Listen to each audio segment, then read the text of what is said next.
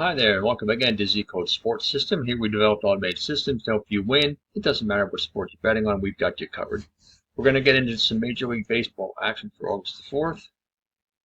But before we do, I want to invite you to join. You will have access to the VIP Club section, which has all the tools here and tabs across the top to help you make your picks.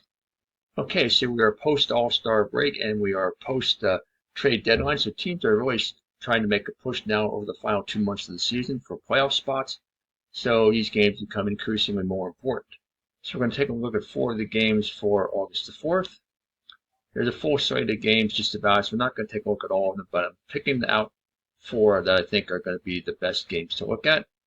So the first one on the list is the Baltimore Orioles and the Philadelphia Phillies. You see the Orioles are coming in burning hot down. They are 5-1 over the last 6. While the Phillies are averaged down 3-3 over the last 6. The Phillies are second place in the NL East, while the Orioles are last in the AL East.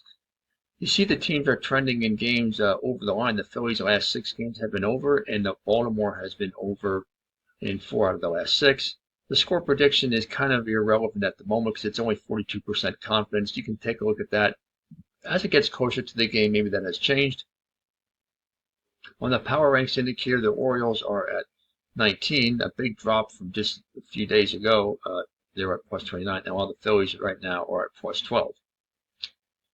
If we take a look at the head-to-head matchup, the teams have not met this season. Last year, if you look down here a little bit, it was the Orioles winning 2 out of 3 last year in Baltimore. If we take a look at the stability factor, how consistent are the teams regarding their favorite underdog status? You see Philadelphia is much more consistent, plus 25, although lately they haven't been as consistent. You see over the last 3 weeks or so, they have dropped from plus 29 to plus 25, while the Orioles have been pretty much, not very consistent all year. A little bit, more lately. They were at plus 8. They were now at plus 7. Earlier in the season, they were down sometimes a little bit in the negative, but still they're not very consistent with regard to their favorite underdog status. The Phillies have a huge run differential edge of plus 67 to minus 67, and they are very good at home at 33-19, while the Orioles are only 23-32 on the road. So I feel like this is going to be good for the Phillies playing at home. I like the Phillies in a game over the line. The Guardians and the Mets. This is going to be a very good matchup. The Mets are in first place in the NL East, despite losing 3 out of their last 6 and average down status, while the Guardians are burning hot right now after 2 straight wins, and they are sitting in the AL Central 9 games back. If we take a look at the over-under, the teams have been trending mostly over the line, 4 out of the last 6 for Cleveland and 4 out of the last 6 for the Mets. The score prediction has Cleveland by a 6-3 margin and a relatively higher confidence, a level of 63%.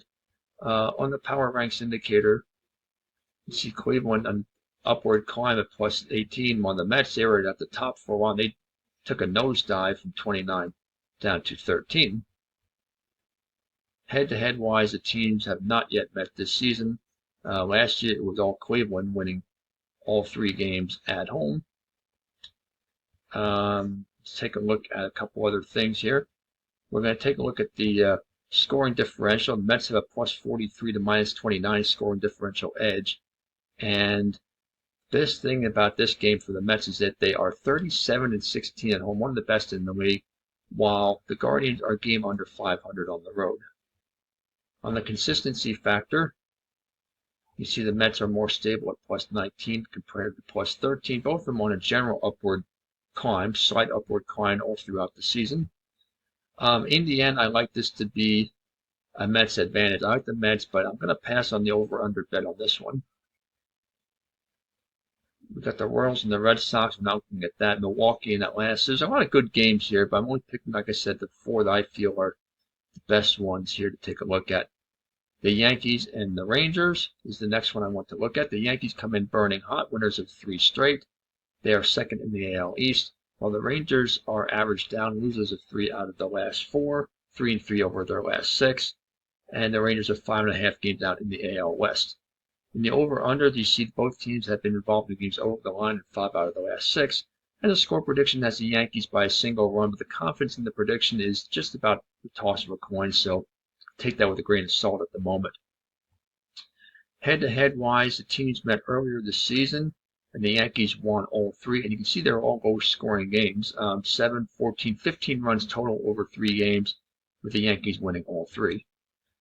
On the Power Ranks indicator, you can see the Yankees steep upward climb as of late up to plus 23, while the Rangers took a nosedive over the last day. They went from 15 to plus 8. A couple other things, home road records. You see that Texas is 34-20 at home. The Yankees are a game under 500 on the road. There's a big, these two teams really outscore their opponents. They are combined plus 165 in scoring differential edge. Stability-wise, the Rangers have been much more consistent at plus 29. The Yankees, you can see here earlier in the season, they're as high as like plus 13.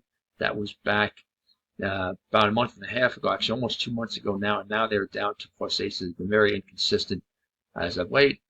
I think I'm going to go with the Rangers in this one, even though that the Yankees have some edges in other departments, but the Rangers are very good at home. I like the Rangers in the game under the line. And the last one we want to look at, if we go down through here, is the Cardinals and the Dodgers. The Cardinals come in here ice cold down, losers of their last 2, and they're just 2-4 over the last 6. While the Dodgers are average down, they're 3-3 over the last 6. The Dodgers still have first place in the division. You can see that the teams are trending in games under the line. 4 out of the last 6 for the Cardinals and 5 out of the last 6 for the Dodgers are under the line. The score prediction shows Dodgers 7-3, but don't really take that into consideration yet because it's only 29.7% confidence, very low percentage. On the Power Ranks indicator, both teams on the downward trend. The Dodgers have dipped to plus 9, while the Cardinals have dipped to plus 4.